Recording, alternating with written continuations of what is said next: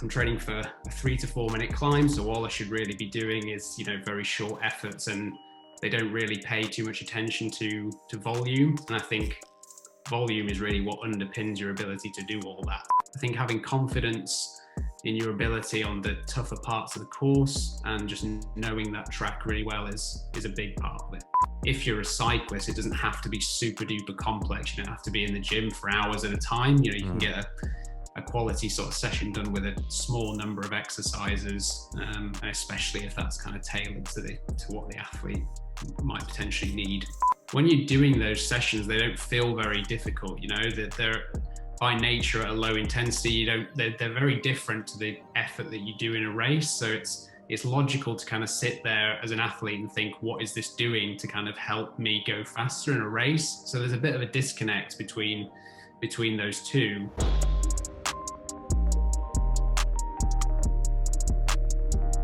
Welcome to this new episode. Before we get started, I'd like to thank our sponsor for the podcast, Moxy Monitor. If you've been following my work, you know that the Moxy is a tool that I use a lot for testing, but also for everyday training and coaching. For those who don't know about the Moxy Monitor yet, it's a NIRS device that measures muscle oxygen saturation and blood volume in real time. It's a non-invasive sensor that is placed on the skin and can be worn during any training or sporting activity. Motocross riders and climbers wear it on their forearms. Hockey players on the ice, swimmers can wear it in water. I've used it to test rugby players, CrossFit athletes, endurance athletes, and more. The Moxy allows you to individualize work and rest periods, optimize load, reps and sets, identify training thresholds in real time, and even correct movement based on what the data shows you. You can also use the Moxy Monitor to determine an athlete's energetic limiting factor and their individual training zones. Using this process, I can now target the athlete's limiter with precision in order to improve their performance without adding unnecessary volume to their program. You can view and collect the data on your Garmin watch and can also pair the Moxy with other physiological testing products such as the VO2 Master, Pnoe, and Cosmed VO2 systems. The Moxy is a product I've been using for many months with great success, and I highly recommend it to any coach who's interested in digging a little bit deeper on the physiological side of health, fitness, or performance. You can use the coupon UPSIDE at checkout for a 5% discount on moxymonitor.com/shop. That's UPSIDE, UPSIDE, for a 5% discount. With that said, let's get into the show. All right, Tom, we're live on the podcast. How you doing? Yeah, good. Thanks, Sean. How's things with you? Things are good. It's good to have you on. We had the chance to have a little chat for a consultation over some cycling training, and I already wanted to get you on the podcast before that, but it was nice to just ask you some direct questions and get some really valuable answers. So first of all, I want to thank you for that. And then going into our chat for today, can you maybe for those who don't know you yet, can you tell us a little bit about yourself? Sure. Yeah. First of all, it was great to have that consultation with you, and that was a fun thing to do. So I'm principally a cycling performance consultant, cycling coach. So I work with a variety of different cyclists, a few triathletes as well, in a variety of ways. So whether that's something like a consultation, which we had, which might be more of a sort of one-off level of support, or ongoing coaching, working through a season and working towards some more long-term goals. We have athletes kind of on the road and in the off-road disciplines as well. So cyclocross and mountain bike, cross country being some of those, and then a few more sort of niche disciplines. So something like hill climbs or time trials as well. And then on the athlete side, I'm a cyclist as well. Have kind of traditionally been on the mountain bike side. So I was a mountain bike marathon national champion in 2017, just missed out on the cross country national title in 2018. And then since kind of COVID happened, I've been more focused on hill climbs, like I mentioned before. So that's my main focus right now. And in the UK, it generally runs from September to the end of October, with the national championships at the final Sunday of October. So on a personal level, I'm working towards trying to take that title.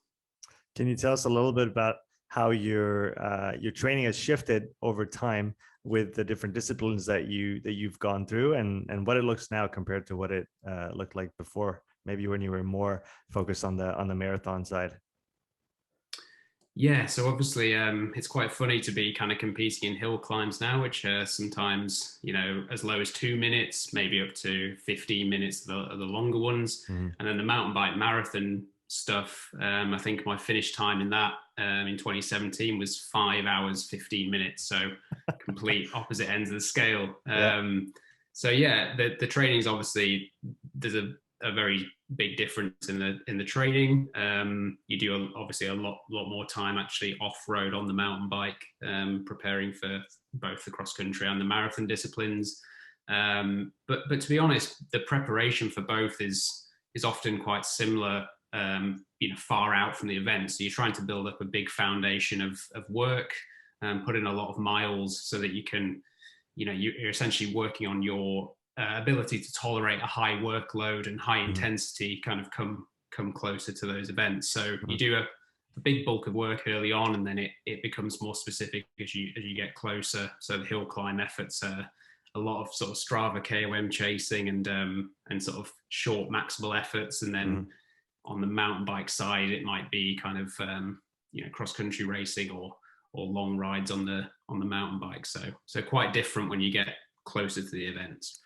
Would you say that you're probably the base that you built over the years in the longer distance events? Do you feel like that provides you with an advantage now training for the shorter time trials? I really do, yeah. I think having that foundation and that base of fitness built over the years allows you to do more kind of intensity and more structured training, which then directly translates into hill climb performances. And I think a lot of your ability to do well in short hill climbs is how much you can sort of tolerate the buildup of metabolites and different fatiguing factors that come from a short 3 to 4 minute effort. So it's not so much of a challenge to produce that power. It's kind of how you deal with the byproducts of actually going that hard and being so far above a metabolic control point. So I Mhm. think I think having a big foundation really helps with that. Having a big aerobic sort of strength really helps with that. And I think Mhm. that's something quite a lot of people get wrong, is they sort of look at, this, I'm training for a 3 to 4 minute climb, so all I should really be doing is, very short efforts, and they don't really pay too much attention to volume. And I think volume is really what underpins your ability to do all that. So yeah, absolutely. I think that history of lots of miles and lots of hours really helps. Mhm. Uh, in a competition, when we talk about hill climb time trials, is it a one and done? Is there multiple races throughout the day or throughout a few days? It can vary actually. Sometimes you can. Sometimes there's sort of double headers, so there might be sort of within one event. There might be one in the morning, one in the afternoon. Mhm. Sometimes, if you're really kind of crazy, you might want to do one of those on a Saturday and one on a Sunday. So you can almost do kind of four efforts over the course of a weekend. Typically, they're just one and done. As you say, Okay. it's just start at the bottom of the hill. Whoever gets to the fastest whoever gets to the top the fastest is the winner, and then that's kind of the entirety of that race and that effort. So you talked about the short nature of those time trial hill climb events. What does a warm up look like for a competition like this? How long does it take? What does it include, etc.? Yeah, they're usually quite long. Very broad general rule. The shorter, the more intense the actual efforts, the longer the warm up needs to be. So usually there'll be something in the region of half an hour, I would say. Sometimes longer if you want to do kind of just a general ride beforehand, Mm. because sometimes you're trying to actually get some training done in that day rather than just the whole day just be dedicated to a 5 minute effort sort of thing. So I think in that warm up, what you're trying to do is literally warm the muscles up. So just get things moving and generate some heat and keep that heat in there. And then I suppose really for these kind of really short efforts, you're trying to speed up to use a technical term, sort of speed up the VO2 kinetics Hmm. basically. So try to rev your aerobic system up so that it responds as quickly as possible.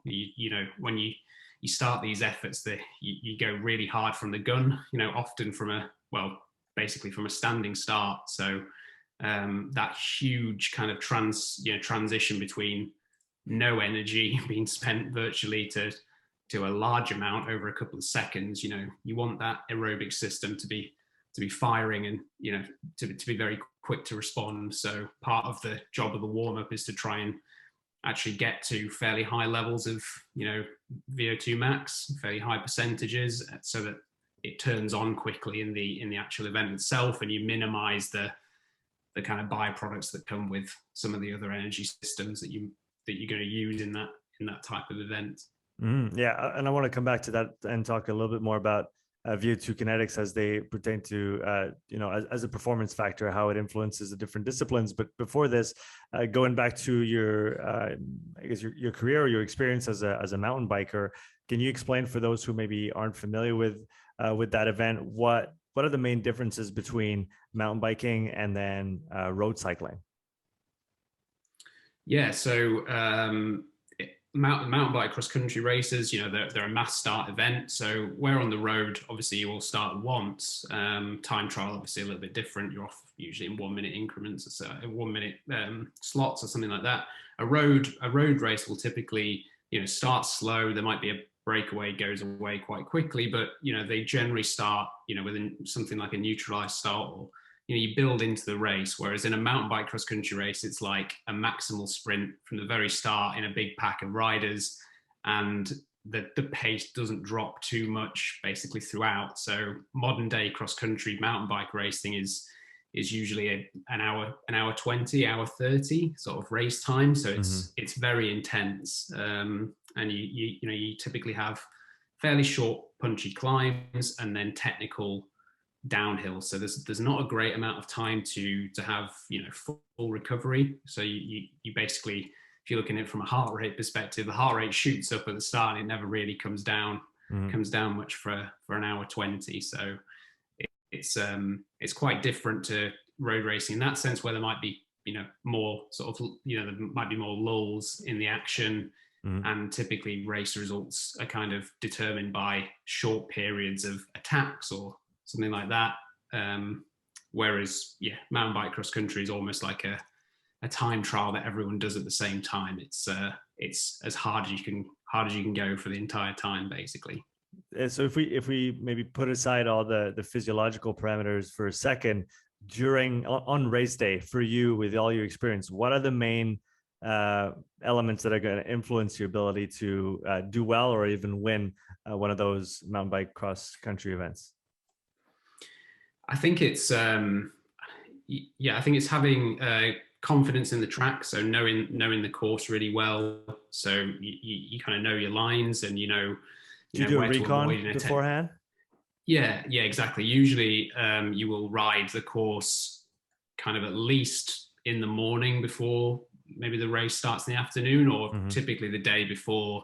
If it's a World Cup, usually there's multiple days on track that you would do. So if it was a Sunday race, you'd probably be on track from Thursday or Friday, Saturday as well, and then race on the Sunday. So generally speaking, you have some way of seeing the course before you ride it. And then you're kind of doing some sighting laps to see, where the danger areas are, where potentially you should attack, where is good to take some energy in or take a bit of a rest. So you're just trying to figure out how you're going to negotiate the course as fast as possible. So I think having confidence in your ability on the tougher parts of the course and just knowing that track really well is a big part of it. Do you take notes? Do you take mental notes? Do you establish a game plan beforehand of like you said, the different maybe dangerous sections that you have to look out for, or places where you think you can make a difference and maybe push from a strategic standpoint? How do you function? Yeah, it's sometimes it's a sort of blend of just trying to remember stuff in your head. Also, as you say, taking actual notes. So just on a notes app on the phone kind of works quite well if for particular sections. And then sometimes you can actually sort of rig a GoPro up and just actually film a lap as well. So you can just go back to the hotel or whatever and kind of ride the lap virtually a couple of times and see a few things that you might have missed the first time as well. So there's ends up being, in a 4 to 5 kilometer lap, there ends up being quite a bit to remember sometimes. Yeah. I'm sure you got to spend. There's a lot of things that can happen, and it seems like it's not that long, but it's, I can imagine how much stuff you have to remember. Do you, when you do the camera, if you do the camera review, do you do that on your home trainer, or do you do that sitting at a desk, or do you have a preference? Yeah, usually it would just be sort of, sat watching a laptop really, Mhm. just while you're trying to relax and maybe get a meal in that night before the race. So yeah, but it's helpful just to cement it in your mind, and also just sometimes pick out a few things that you maybe didn't realize sort of in the moment. So it's pretty useful when you're allowed to do that. You're not Mhm. always, you sometimes, for World Cups especially, you kind of need permission. You need written permission to have the GoPro on there, so sometimes Okay. that's a bit difficult, and other races might not allow it, but sometimes it's quite useful. Or even if you just get to a certain part of the track and just whip the phone out and just film it a little bit, watch other riders, what they're doing and stuff like that. So a few different strategies. Yeah, so we talk about the race, about the strategy on the course on that day. Now, if we talk about physiological performance factors for this discipline in particular, from your standpoint, what are the most important elements that somebody needs to develop over time and excel through in order to be really good at mountain bike cross country? Yeah, so I think typically you'll see, when the best in the world are tested in a lab, is a high VO2 max, a When you high say, threshold power. when you say high VO2 Um, max, what does that look like in terms of numbers? I mean, that can be up to 90 mLs per kg per minute. Some of the highest. I think cross country skiing is generally regarded as the sport that sees the highest. But I think Yeah. mountain bike cross country is very, very close behind, and Mm-hmm. it's a very similar sport actually. It's the way they start and the way you're kind of going up short climbs and then trying to recover. And I think that the slightly more sort of whole body movement of cross country skiing is Right. potentially what pushes that VO2 demand a little bit further. But yeah, it's definitely some of the best cross country mountain bikers have some of the highest VO2 max And values you could see. And you could also argue that there's a pretty significant upper body component to that discipline as well, compared to road cycling, where sure you're holding or you're resting on your handlebars, but not you're not putting the same energy with your upper body when you're going at it. Yeah, you're definitely right there. It's Mm. the sport is getting more and more technical.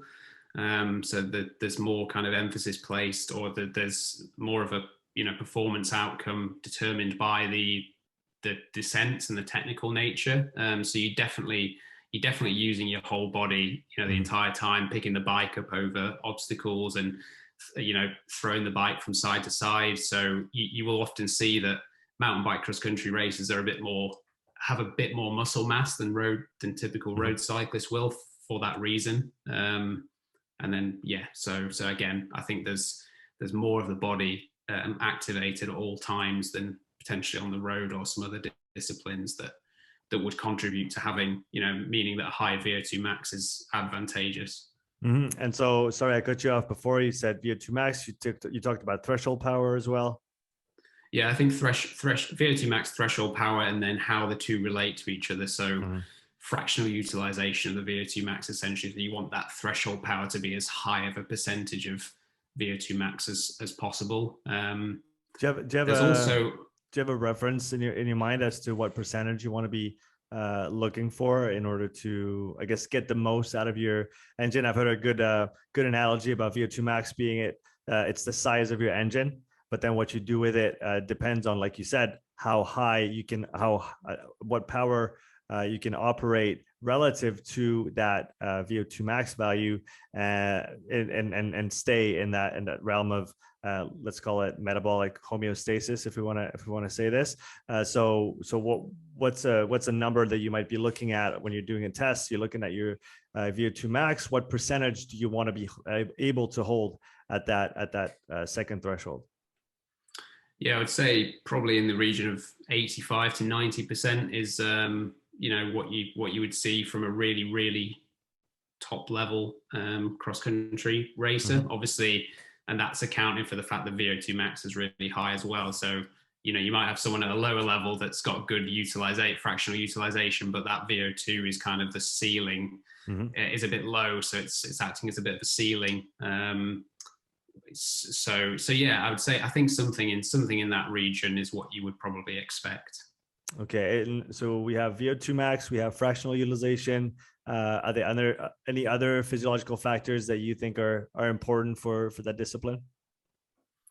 Well, I think there's the obvious sort of other piece is like I suppose what you might call anaerobic capacity, or the power of your sort of glycolytic system for that sort of rapid energy turnover, because you're sprinting up hills at a high power output. So I think you need a good kind of punchiness, but I think it sometimes gets misinterpreted as people think you need a big anaerobic capacity, or W prime, if you want to use kind of a critical power term. However, I think it's more about how well you can kind of produce a decently high power output, but then quickly recover from it and actually repeat it over and over again with a low fatigue index, more so than having a out and out massive amount of power over 30 seconds or 45 seconds or whatever. Because it's about how you do that, multiple times per lap after lap, more so than being a one lap hero, so to speak.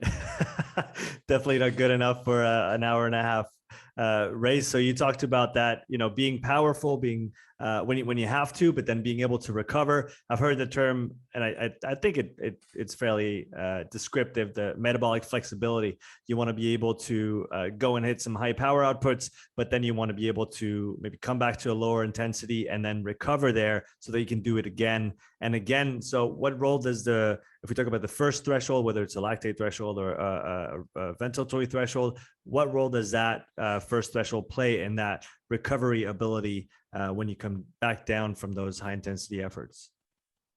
Well, I think it's like what we were saying before in terms of like how, for me, kind of having a base of lots of miles and lots of time at low intensities helps with that high intensity stuff. It's having a good proportion of slow twitch fibers that are able to actually play a role in eliminating the fatiguing sort of metabolites or buildup that you get from punchy efforts like that is really important. So I think it's almost your ability to deal with all these things as opposed to produce the necessary power, because most people could do, most decent cyclists could produce the kind of power that a World Cup racer would do over a 30-second climb within a race, but it's then the elite racer can do it again and again for an hour and a half, whereas they're probably going to be struggling even to produce it once more, if not 3 or 4 times down the line. They're going to be really struggling, and it's not like you then have time off sort of between those efforts. You're either sort of semi recovering on a technical descent, or you're actually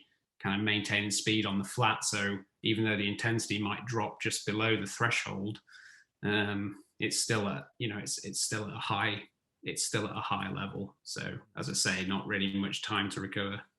Do you also look then at fractional utilization at that first threshold? Do you look at threshold, the second one, whether it's, if we talk about critical power, for example, and you look at LT1 or VT1 as well, in order to maybe assess the status of an athlete, determine what they need to work on, and also track progress?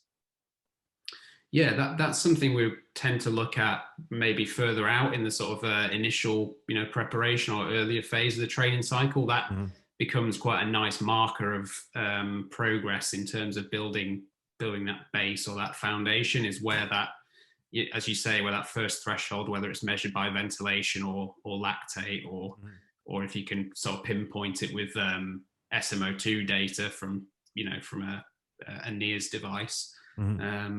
Yeah, that's a nice kind of number to look at to hopefully see increasing when you're actually focusing on building that foundation. I suppose it has it has an effect in the race, but I suppose when you're looking more at race fitness and race intensity, you're more sort of focused on values like the ones we talked about, whether that's VO2 max and threshold power, or just their ability to produce a certain super maximal intensity and how many times they can do that. So the repeatability aspect. I want to come back to the repeatability. I'm going to write it down.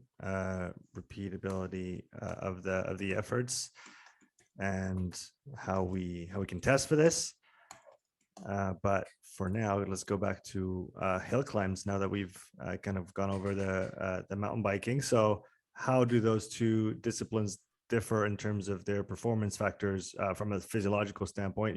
We talked a little bit about VO2 kinetics. Can you expand on that for people who don't know the terminology? Maybe explain what it means, and then again, because you touched on it before, and then what other parameters might influence a result in hill climbing.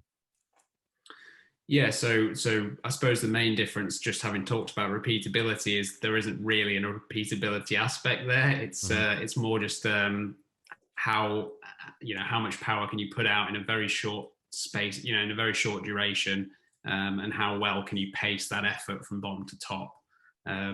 So yeah, coming back to the VO2 kinetics, it's kind of about having that aerobic system turn on and rev up to a high level as quickly as possible, so that you're I suppose not necessarily minimizing the anaerobic component, but you're making sure that as much of that power that you're producing is kind of coming from a sustainable source, I suppose, or something that's not sort of causing undue fatigue.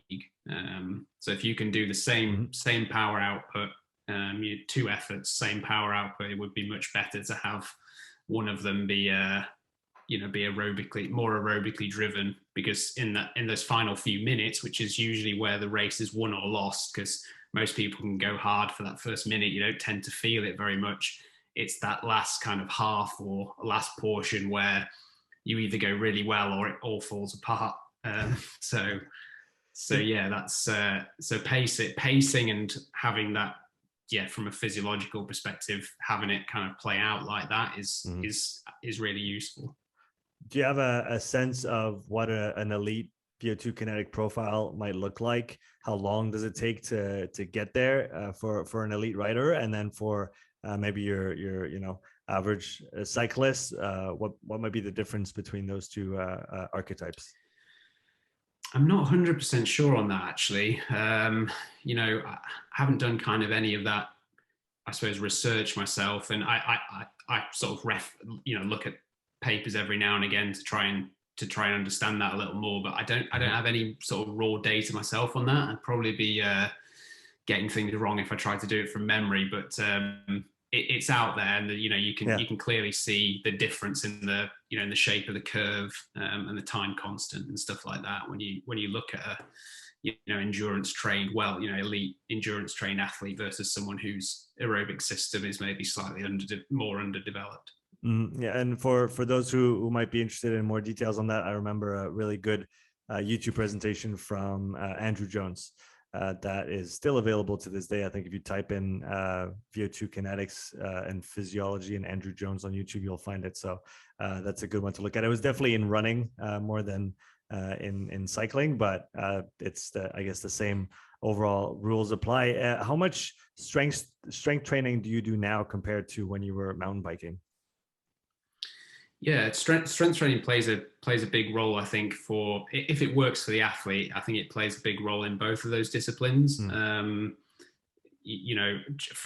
both a sort of muscular endurance or fatigue resistance perspective, but also that kind of peak power, maximal force production side of things as well. So, on a personal level, I've kind of not really done heaps of strength training until it's only been sort of fairly recently that I've sort of been in the gym kind of on a regular basis, like sort of twice a week. But I've certainly found, in recent weeks and months that it's really helped with muscle tension and being able to just feel like a certain power output is that much more, it's just easier, and I'm able to sort of manage it better. But yeah, it plays a role in mountain bike cross country a lot. There's obviously some athletes, as you probably know, with other sports that lean towards it a bit more than others, and some sort of have I suppose performance limiters that mean that for one athlete strength training is really what they need, and for another maybe not so much. So it's how much you kind of apply it, I suppose, differs on an individual basis and the resources and time that athlete has. But broadly speaking, I think it's pretty clear that it has a big role to play in helping develop a number of performance kind of determinants. Do you feel that it's a widely accepted fact among cyclists, or is there still some resistance to, no pun intended, resistance training?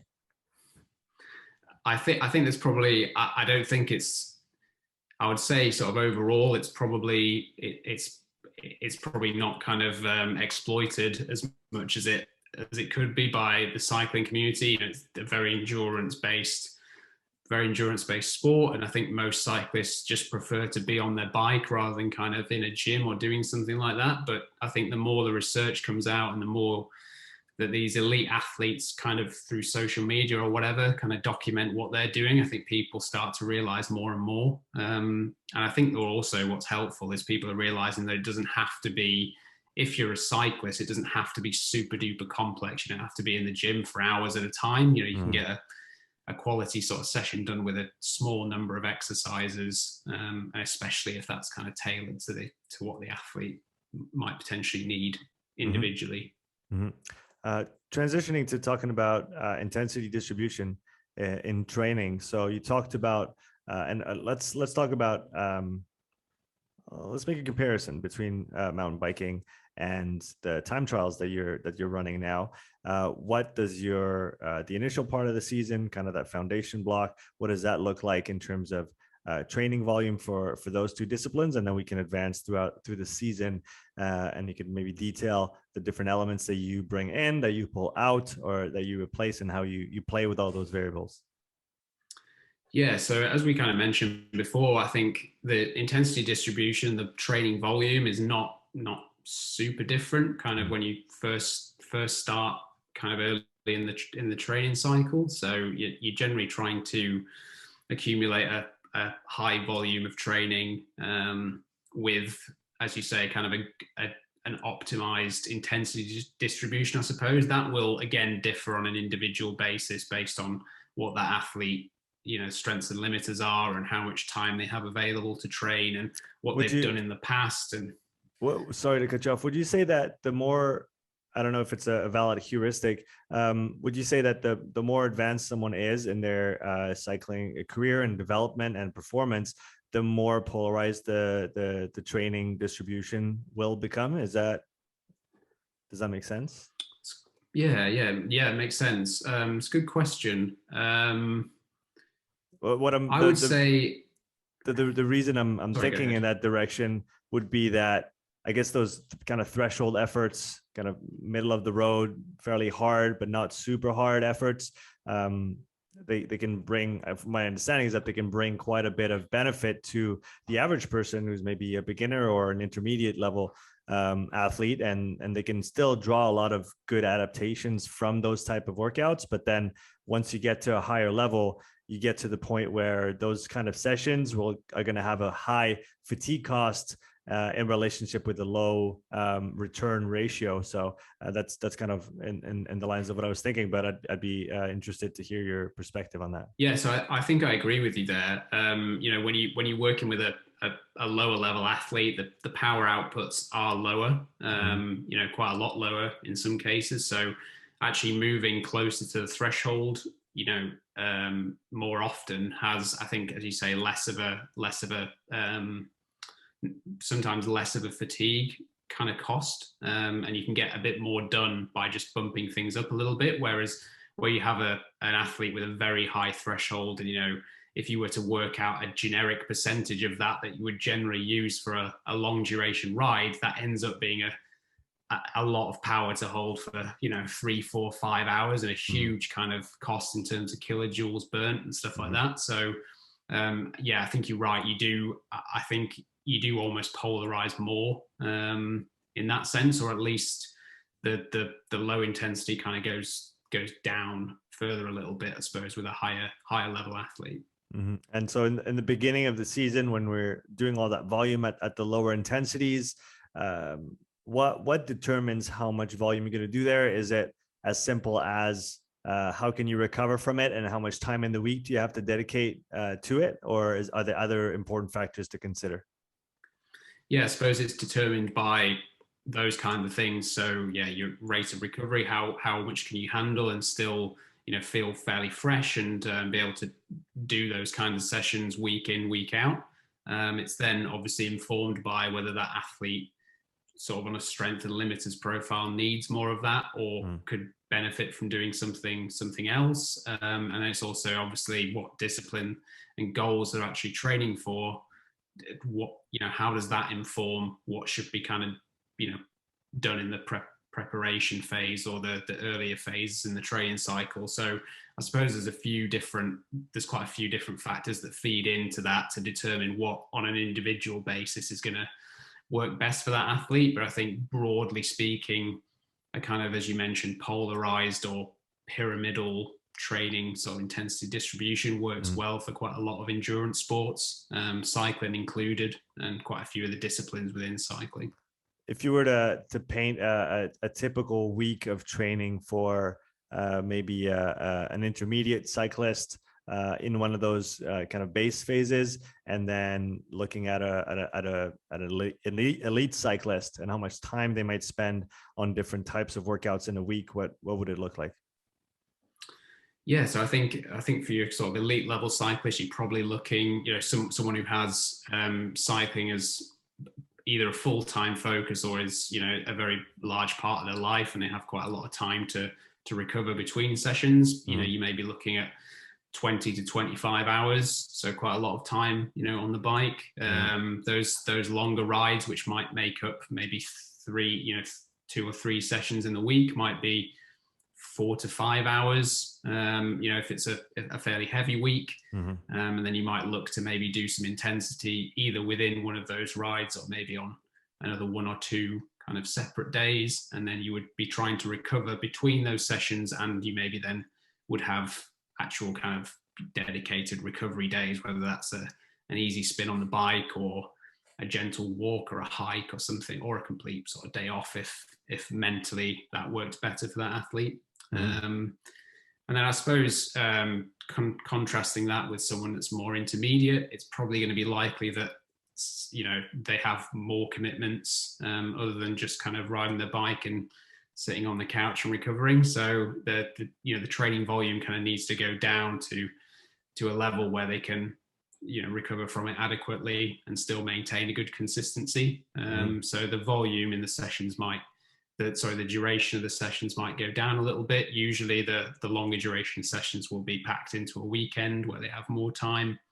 And then throughout the week, it might be kind of a mix of, again, probably maybe two higher intensity sessions, and either, depending on the athlete, either some recovery between those throughout the week, or if there's time to do 1 or 2 kind of, I suppose, mid-duration steady sessions, maybe that'd be a good way to do it. So it's trying to balance that low intensity with the high intensity and make sure that the athlete can recover, well between sessions and maintain good training quality in each of those key workouts.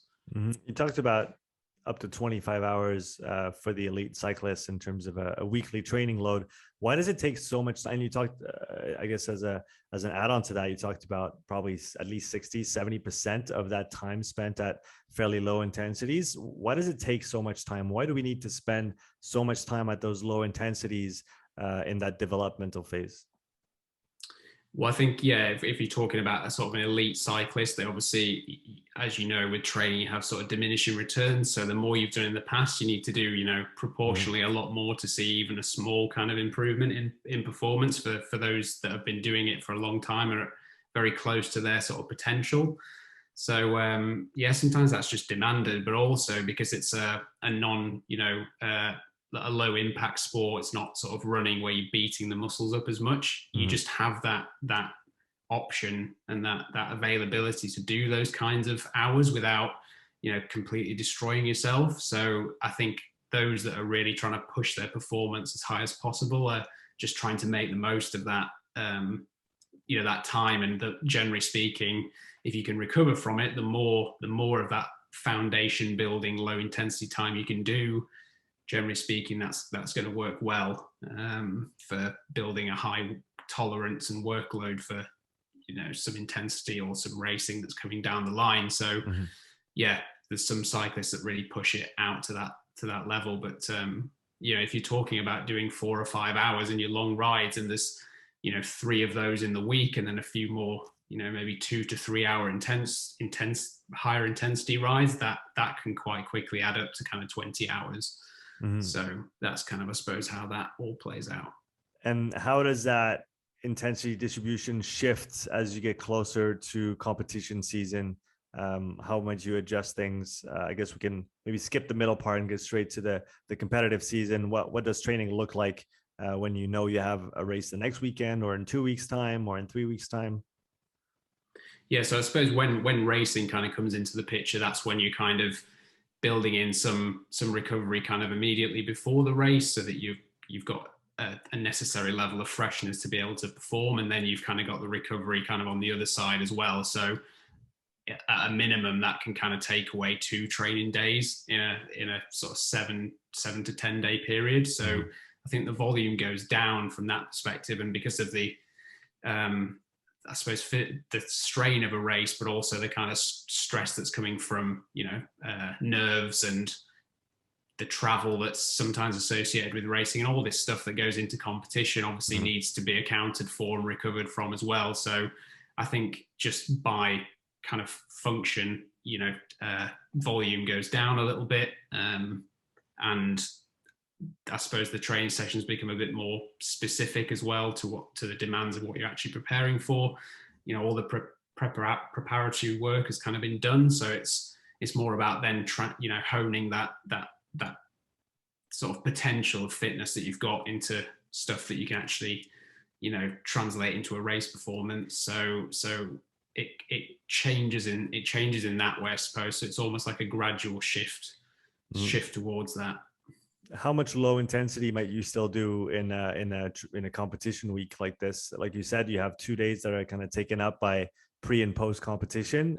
But in addition to that, how much low intensity do you still try and work in? And as an I guess a follow up question on that, how much is necessary during those competition times?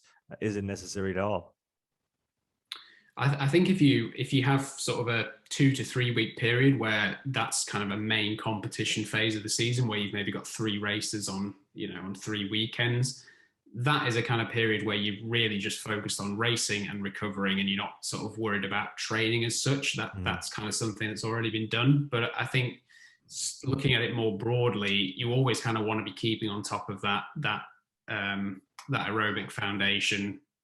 So the low intensity sessions are obviously, or lower intensity sessions are almost a staple throughout the entire season. And it's training that you can do that's productive and purposeful and keeps that kind of base of fitness there, but it's also not something that's super stressful either. So you can typically recover day to day from it. It's more kind of just replenishing lost glycogen more so than having to really recover from severe muscle damage and this kind of thing. So it's training that by and large is kind of in the program for a lot of cyclists all through the season. And it may be just, the duration of that maybe reduces in key kind of competition phases, just so that you can bring the training load down, so that there's that freshness there that you can really sort of produce a good performance in a competition. Would you say that this low intensity work, like you said, it's important? It's very important at the beginning. It's still important even at the end towards the competition phase. Would that be something that's overlooked by most cyclists in general?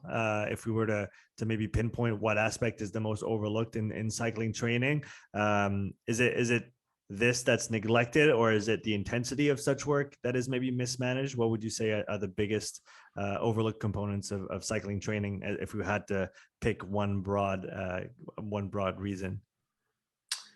Yeah, I would probably say the kind of importance of a high training load and long duration sessions is probably overlooked, or maybe just underappreciated, because when you're doing those sessions, they don't feel very difficult. That they're by nature at a low intensity. They're very different to the effort that you do in a race. So it's logical to kind of sit there as an athlete and think, what is this doing to kind of help me go faster in a race? So there's a bit of a disconnect between between those two.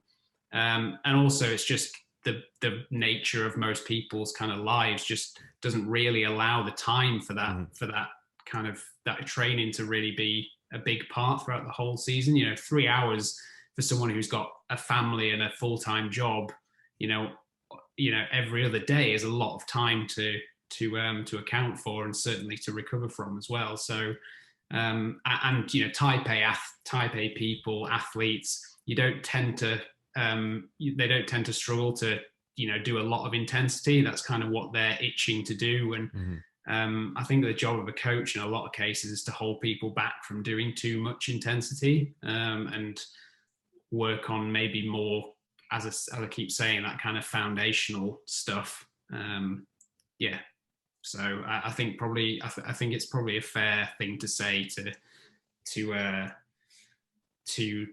assert that that's something that's underappreciated. And I think if you look at the main difference between a professional or elite level cyclist and an amateur, the amateur is actually sometimes doing more intensity, like raw intensity overall in a week, than that elite level athlete is, even though this athlete's like got far greater physiological capabilities. And the main difference is actually the total amount of riding they're doing in a year or over a string of years. And the only real way you can increase that that volume in a sustainable way is to do it with low intensity. That athlete that's doing lots and lots of intensity in the week can't suddenly try and do twice that, because they're already often doing too much as it is. If we look at the first weeks of your training season, for you, for example, how much intensity do you include right from the get-go? Do you try to get to let's say competition intensities fairly quickly and then maybe maintain and develop those qualities, or is there a period of time where you're actually not doing anything remotely close to competition intensity and you're really more focusing on the volume side of things? Yeah, I think sometimes it depends kind of how much. So generally speaking, people take a bit of an end of season break to sort of separate one season from another. Whether that's completely off the bike or it's doing something else on the bike. So maybe if you're a road cyclist, it might be doing some mountain biking, or certainly just not having a formal training plan. So depending on the level of kind of time off that person's had, whether it's a week compared to a month, or whether it's like they haven't done any cycling for a while, or they've been kind of doing some but not loads. That'll kind of depend on how kind of how much you want to ease back into riding. So some people would be kind of primed to do a little bit of intensity each week from the get-go, and some will want to build, might find a 1.5 hour, 2 hour ride a bit of a struggle initially, so they might need a few weeks to get back to feeling like a 2 to 3 hour ride is fairly comfortable. But I think it's important to personally, I think it's important to have a bit of intensity in there kind of most weeks. I think base training, or that kind of early season training, has typically been interpreted as just purely low intensity. And I think that's just too one-dimensional, and it's like, it means that other muscle fibers which are important kind of get neglected. And when certain muscles aren't activated, you can get kind of niggling injuries. If the glutes, for instance, just aren't activated enough, you can get knee injuries and little niggles like that. So I think it's good to activate sort of all the muscle fiber types, at least kind of once a week. But that can just mean a couple of short sprints and nothing that's really going to cause too much fatigue or send your physiology in one direction as opposed to another. So it's more the proportion of the intensity and how much is actually done, as opposed to just exclusively using low intensity. That's not always the case. Some people will favor a certain way over another, but I think broadly speaking, it's good to have a bit of intensity in there. And I think athletes generally enjoy that as well. That's sort of a fun part of training, and spending weeks and weeks and months kind of just a very monotonous kind of low level is not really that appealing to a lot of people. And I don't think necessarily good for the training side of things either. Yeah, so the little cherry on the cake is always good to have a little bit of intensity here and there.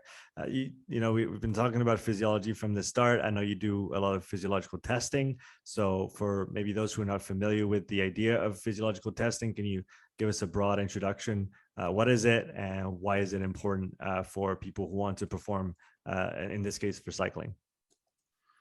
Yes, I think some form of testing, whether that's kind of field-based testing or more sort of in a lab with certain pieces of equipment, is good from at the start of the year to kind of have some sort of baseline understanding of where that athlete is, and then it can also be kind of used throughout the season as just a checkup of how the rate of progression, where if the physiology is moving in the right direction, the direction that we want to see for them to perform in whatever they're working towards. So I suppose, physiological testing could be something that you could just do out on the road. So something like critical power, where you'd perform a series of maximal efforts over different durations and do some kind of calculation to give a threshold figure and then kind of your work capacity above that. And then there's a variety of things you could do kind of in the lab, whether that's like VO2 analysis, so gas exchange kind of stuff. Lactate has been kind of historically used quite a bit to determine sort of thresholds and see kind of whether someone's strong or weak in a particular kind of area. And then more recently, we mentioned before, kind of NIRS devices, which are kind of replacing lactate now. They have a number of advantages in terms of just measuring the muscle oxygen saturation kind of right at the source, as opposed to waiting for lactate, as something that's produced and, then goes into the bloodstream. You kind of have to measure it a bit further away from the actual kind of, site, as so to speak. So yeah, there's a few different ways you could use those kind of things to measure, cyclists' kind of level of fitness. Do the let's say the choice of the test that you're going to use with an athlete, is that going to be influenced highly by the discipline that he's in? For example, are you testing a mountain biker the same as you're testing a road cyclist, or are you looking for the same values, the same parameters, or are you doing different things? Could you maybe draw a distinction, or maybe the similarities between those two? Yeah, I think generally speaking, you use kind of similar tests across disciplines. It's just then kind of how you interpret the test. So, if we did some critical power testing, for instance, you're kind of going to be looking at the same kind of results between different cyclists, but then you might want to kind of see one value stronger than another in a certain cyclist, or vice versa for another type, just because of the physiological demands of the actual competition that they're training for. But yeah, there is going to be some sort of, if you were looking at someone's VO2 max, for instance, or lactate threshold or something like that, might not be as applicable to someone, a track cyclist who just does a very, very short discipline, as opposed to someone who's on the more endurance side. So you would tailor the tests to, for that particular athlete, and even within kind of one particular testing means. So maybe using a MOXIE or muscle oxygen saturation, you might perform different test protocols depending on what that athlete's training for as well. Let's take an amateur cyclist, whether it's road or mountain bike. From your perspective, if they had to pick one test protocol or one type of test to conduct, which one would it be and why? So I think in cycling, like a major kind of or a very, very popular kind of test or value that's looked at is functional threshold power, or FTP, which there's a number of ways you can kind of determine that, and there's a number of kind of interpretations of what it actually means. What's your take on FTP? Well, I think it's something that it's easy to perform. So it's easy to perform kind of one of the recommended kind of test protocols.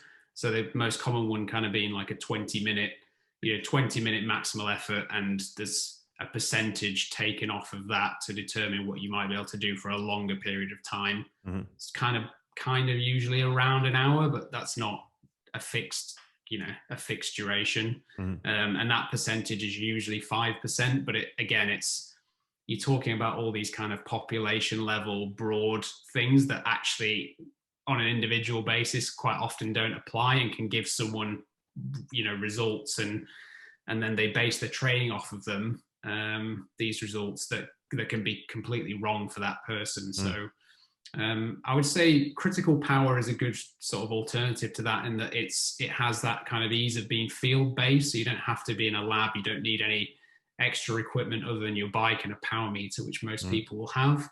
But you perform a number of different maximal efforts, so you get an idea of how strong or limited that cyclist is over a shorter duration versus a longer duration.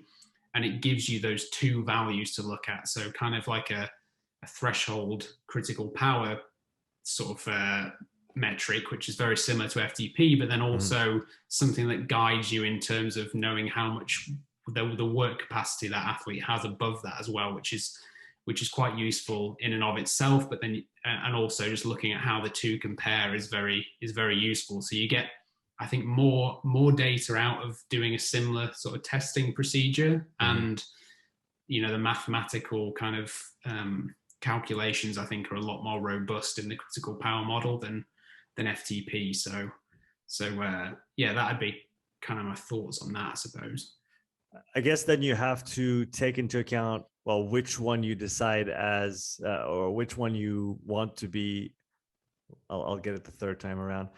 Then you have to, based on which one you pick as your threshold, whether you pick that it's going to be FTP or it's going to be CP, you might have to adjust the prescription a little bit, from what I understand, in terms of intensity of training relative to that threshold, because I've seen discussions on the topic quite a bit, and it seems like there's usually a gap between calculated critical power, or I guess measured and calculated critical power, and same again, measured and calculated FTP, and then that might bring some fairly big discrepancies in the intensity prescription.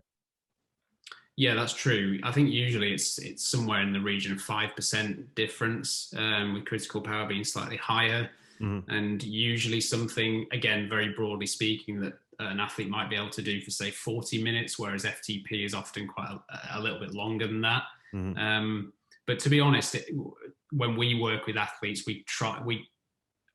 part of the reason people use FTP is so that they can then go, okay, so 60 to 70% of this is what I should do for this type of ride, 80 to 90 for this kind of thing. And again, they're kind of population level broad kind of prescriptions, and oftentimes, especially when you get closer to the threshold and over it, those percentages that people can actually tolerate in a particular workout design can be very different from one athlete to another. So you really need to individualize those targets. So quite often we'll have athletes kind of do blind interval sessions, so not guided by power. We'll just sort of say, this is the session, this is the kind of goal of the session. We want you to kind of do these interval repeats, for instance, at the most consistent kind of effort you can. And by doing that, we can see, okay, are they going out way too hard and fading? And if they do it correctly, what is actually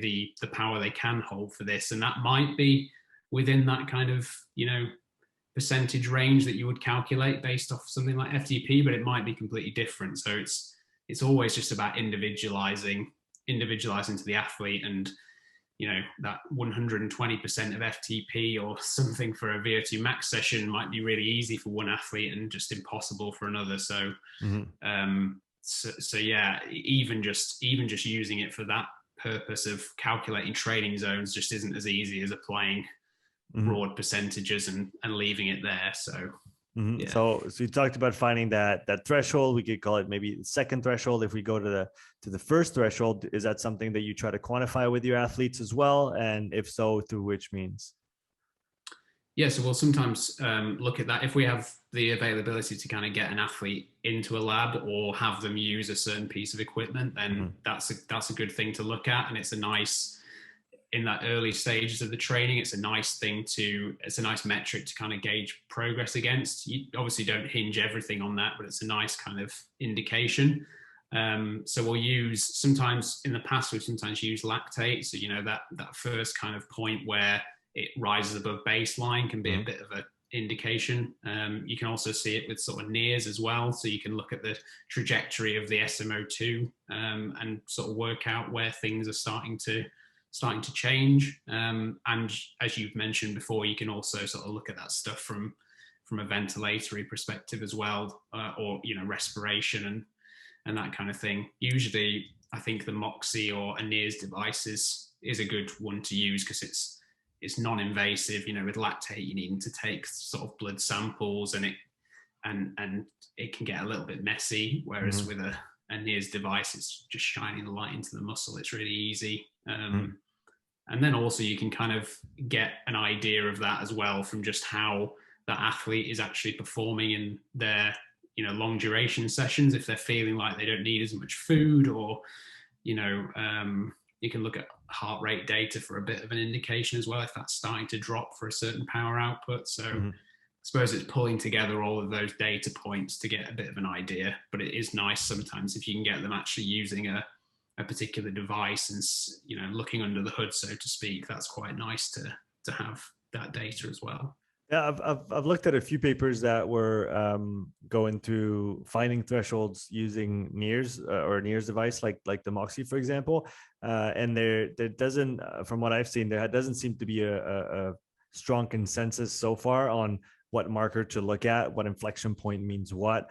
I've definitely noticed that essentially as soon as you start moving away from that peak SMO2 on any kind of value, I think peak SMO2 is probably close to fat max. So you can assume that a little bit above that is going to be where your first threshold is. What reference point or what break point do you look for in a NIRS signal in order to find that, or maybe estimate that first threshold? Because like you said, it doesn't necessarily need to be a steadfast value, but you need to know kind of ballpark where that shift, where that transition is happening.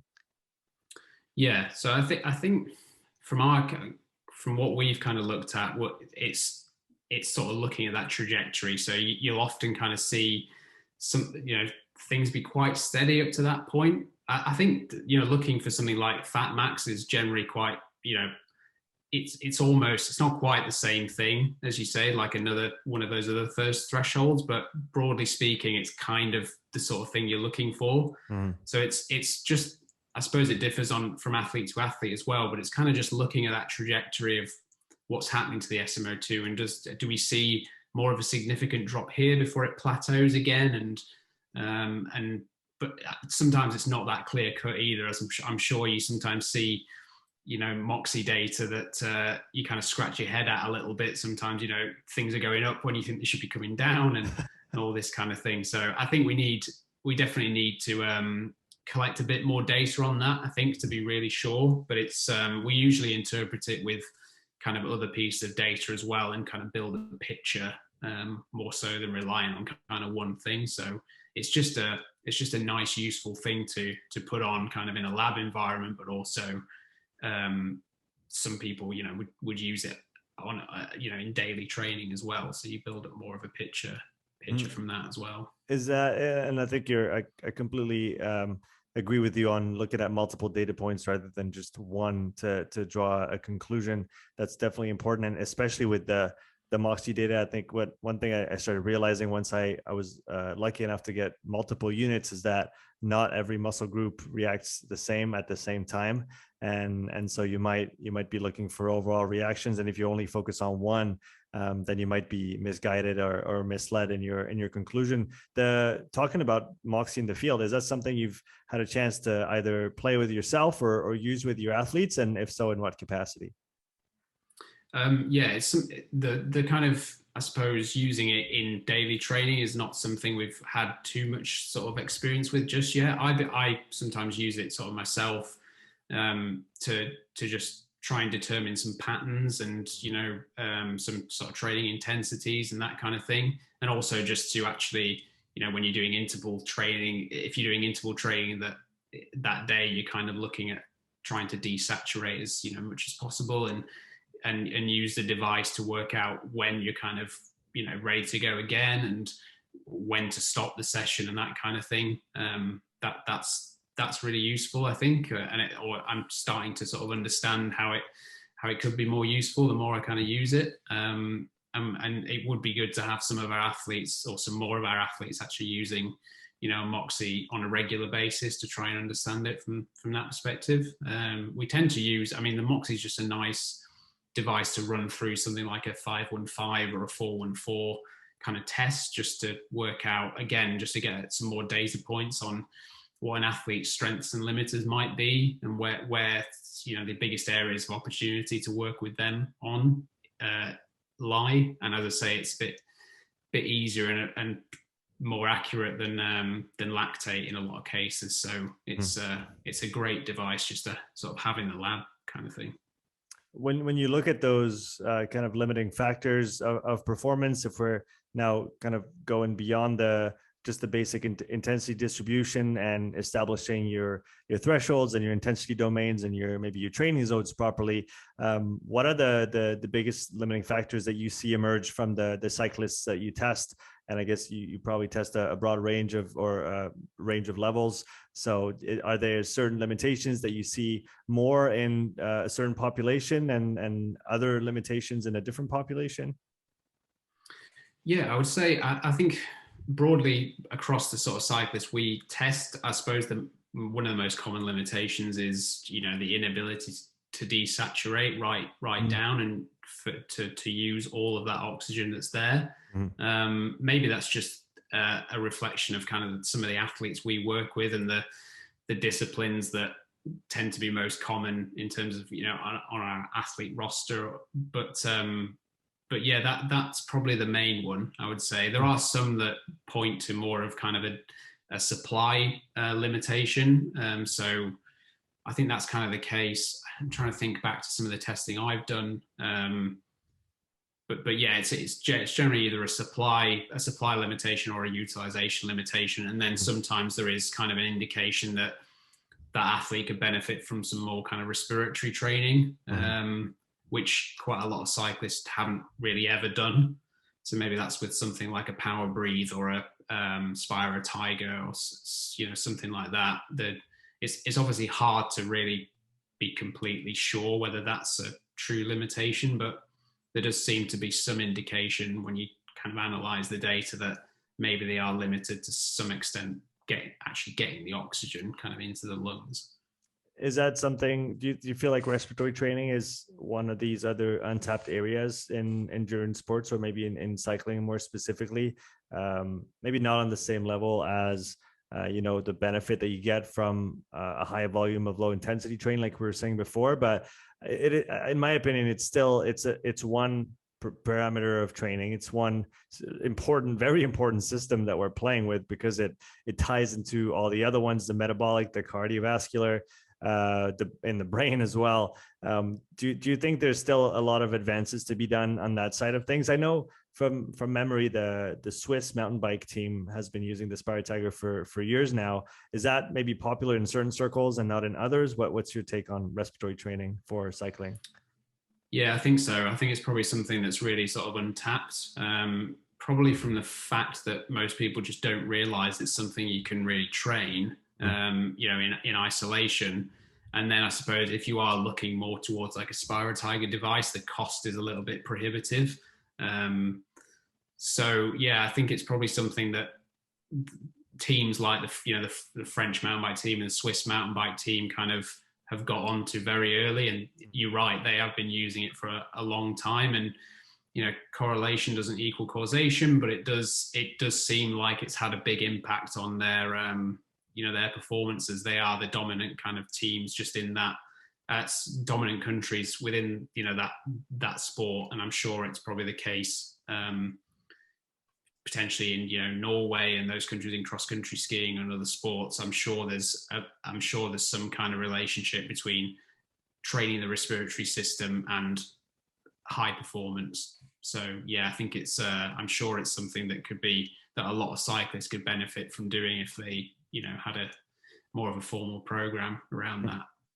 Yeah, that makes sense. I my spidey senses are telling me that someone's coming out with a cheaper device that's going to be able to accomplish the same thing and work on volume and all those things towards the end of the year, early next year. So I'll definitely keep you in the loop of that, because like you said, I work with Idiag, the Swiss company that provides the Spire Tiger and then the big brother now, I guess, the P100, but they are prohibitively expensive devices. And I do think that there's room on the market for something that works just as well, or at least has the basic functionalities of those devices, but at a price tag that an athlete can afford. And I think it'll benefit everybody to have something like this become available. I was talking before regarding hill climbing, mountain biking, repeatability of high intensity efforts. Is that something that you test, or is that something that can be tested or should be tested? Yeah, you could definitely test it. I think it would actually be quite a simple. To be honest, we haven't. I suppose since COVID as well, we haven't sort of had as much sort of access to athletes like lab wise. We don't. We do some testing, but not sort of heaps and heaps. You know, it's not like every single week we're testing people. So I think it's the repeatability test. I think sprint repeatability has been something that's been done for quite a while, and you could definitely engineer a test to look at, you know, intensities that are common in a cross country race and a duration of effort that reflects it, and then, you know, do some simple calculations to kind of work out a fatigue index over a series of efforts. So that might be quite a nice way to test that if if someone wanted to look at that. It's kind of a key thing in that sport. It's just how many times can you punch it and recover quickly throughout the course of the race. Were there some key types of workouts that you would do when you were training for those disciplines that you feel gave you an edge, or maybe allowed you to develop that high intensity repeatability capacity to the biggest extent? Yeah, I think the kind of workout designs where you have kind of a short effort that's, you know, above the threshold or well above the threshold, and then a fairly short kind of like a partial recovery afterwards, and then a big kind of series of those kind of repeats in a block, and then potentially a number of blocks like that are really good kind of ways to do that. So the idea being, you know, you create you build up some metabolites, and then you essentially forcing the body to do work to get rid of them as quickly as possible. So kind of like over under, you know, workout designs where you might go over the threshold for maybe 30 seconds to a minute, and then come just slightly under it for, you know, another minute or 2 minutes, are generally kind of good simple designs that will work on that quite well. And we've seen some quite good results from using variations on that design to train those kinds of things. And they train like the repeatability that would be good for a mountain bike cross country racer, but also they train kind of the ability to handle that kind of thing, and the shuttling and the elimination for time trialists or hill climbers as well. So it's I think it's quite a good session, you know, across a range of disciplines.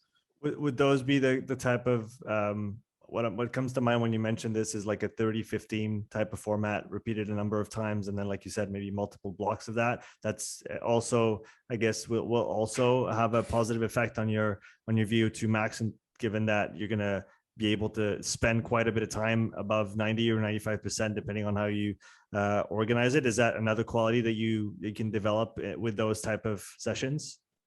Yeah, definitely. That's I think that's a common one that a lot of people use, and it's got that kind of crossover benefit of you know, training the kind of shuttling ability, but also for a lot of athletes having a good effect on VO2 max, because, you know, that micro recovery just means that overall the heart rate just continues to drift up. So by the time you kind of midway through a block of them, you know, your heart rate's ideally going to be kind of above, you know, 90% of max, and then you're starting to get some good kind of cardiovascular, or, you know, certainly sort of stroke volume and cardiac output kind of benefits as well. So some of those kind of on-off blocks, I suppose, so the more sort of over-unders plus the kind of microburst 30-15s like you mentioned, are quite sort of common staples, and I think they work really well. What do you think the biggest mistakes is that people make with those types of workouts in general? I think probably coming down to kind of pacing and being a bit sort of over enthusiastic is sometimes going, too hard in the initial phases, not thinking about the fact that they've got to do this for another kind of 20 minutes, and they've got two more blocks of kind of 5 to 10 minutes of this kind of thing. You don't tend to feel the first few too much, but it can all come kind of crashing down very quickly once you surpass a certain point. So I'd probably say that's the most common kind of issue with it. And then a practical kind of difficulty is if you're doing them on a climb and that climb is pretty steep, just to keep moving forward, you sometimes can't drop the power down enough in those recovery phases to actually give yourself enough of a break before you go and do the next kind of on effort. So sometimes choosing the actual terrain that you do them on can be a bit of a problem if the climb's a bit too steep. Yeah, I can definitely see that, Tom. It's been a pleasure having you on the podcast and chatting with you about what we talked about today. I appreciate you taking the time to share all your experience and your knowledge for people who want to follow your work a little bit more closely or maybe get in touch with you. Where can we find you online? Yeah, so our company is called High North Performance. So the website is highnorth.co.uk. And I suppose if you search my name in Instagram or Strava or something like that, I've generally got a profile on there that you can find me on as well. Excellent. Tom, thanks again for coming on the show. It was a pleasure. Thanks, Sean. Thanks a lot for having me.